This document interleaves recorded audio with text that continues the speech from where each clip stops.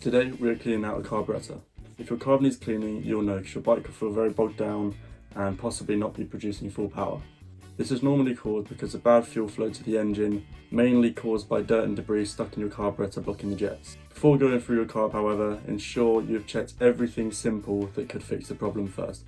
You don't want to take this carb apart and then have it be something really simple to fix. First thing to check would be your fuel tap, ensure that it's on and it's not on reserve. Another thing to check would be your tank, make sure your tank is got enough petrol. If it's near the bottom of the tank, your bike can start feeling a little bit bogged down anyway, so I'd recommend going to fill up your tank before checking your carburettor. As well as this, if it's just a cold day or the weather's got a bit horrible, just make sure when you start the bike up you put the choke on first, because that could also be a problem. Sometimes with these carburettor bikes you need to put a little bit of choke on to get a bit more fuel flow in, and then once you've started up it should run perfectly.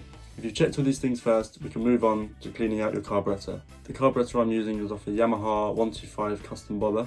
You don't see many of these bikes around, but carburettors are very similar and they all have very similar parts, and it's the same checklist to go through in cleaning your bike. Using the checklist I'm going to put up here on screen, we can start going through the carburettor and find out the different sections and how to take them apart and clean them properly. The tools I'm using is a flathead screwdriver, crosshead screwdriver and some WD-40 just to clean through the parts, and I also have some kitchen roll. First thing we're going to look at is the main jet and the pilot jet. It's very simple, it's a cover right on the front here. Pull it off and this is what you should see, or something very similar. You have the float here, you have the main jet, which is the larger one, and the pilot jet, which is the smaller one. What you want to do is unscrew both of these jets and just make sure they're clear. What I use is a bristle on a brush, on like a brass brush, because you don't want to use anything steel or anything stronger than brass on it because it'll start scratching it up. Clip off a bristle from the brush and just poke it through and make sure any debris or anything comes out.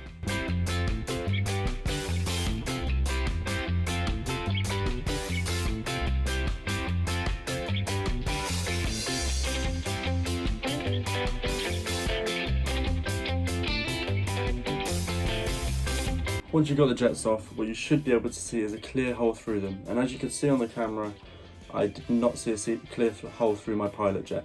So now what I'm going to do is get a piece of compressed air and I'm just going to blow through it, plus using that bristle that I said about earlier, just poking through it just to make sure any debris is released from the jet. What I'm going to do is use my compressed air and just blow a hole through this jet and ensure any debris or anything gets knocked out the other end.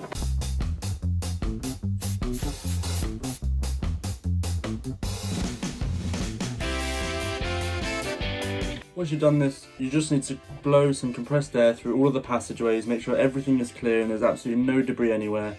What can help is if you turn the throttle, this opens up the small flap inside. Don't actually know the technical word for it, but the sort of valve, I guess.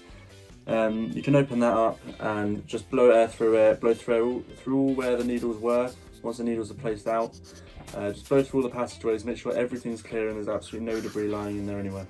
Once you've completed that, guys, that is pretty much your carb cleaned. All you need to do now is place the jets back in the threads and put the case back on and chuck it back in your bike, and that is honestly it. It is that simple to do. It takes an hour or two, not too much effort.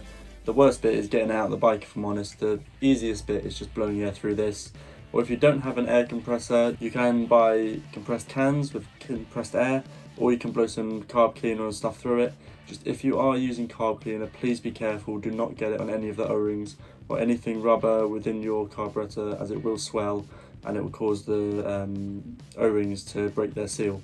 Also, be very careful not to scratch the float needles, which is the two floats here and the needle that is between them. Please do not scratch them, as this can cause your motorbike not to run right. So as long as you take these precautions and you know roughly what you're doing, or to be honest, you don't need a ton of expertise to do this.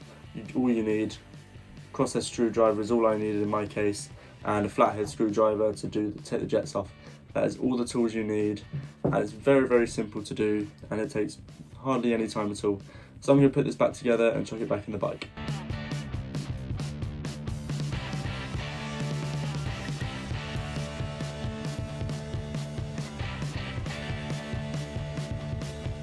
When putting these together, guys, make sure you go in a cross pattern.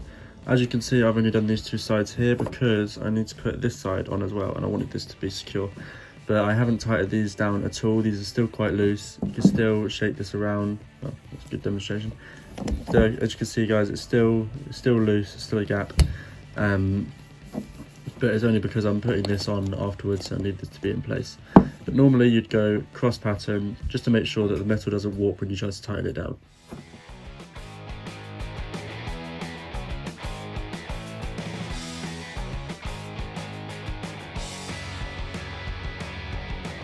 And there you have it, guys. That is how to clean your carburettor.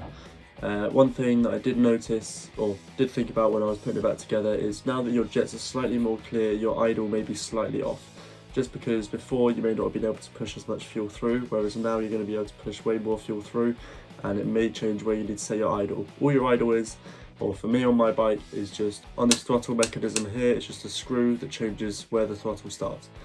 That is all it is. You may need to adjust that depending on your bike and how it works, but it's just something I thought about when I was putting it together, so just make sure you have a little check. If it is running a bit fast, then just adjust that screw and it should be set right. Thank you very much, guys, for watching the video. If you did enjoy it, please make sure to like and subscribe. Let me know if there's any jobs on your bikes that you need to know how to do, and I can go through them on my bikes, and hopefully that will help you guys out. Thank you very much, guys, for watching, and I'll see you next video.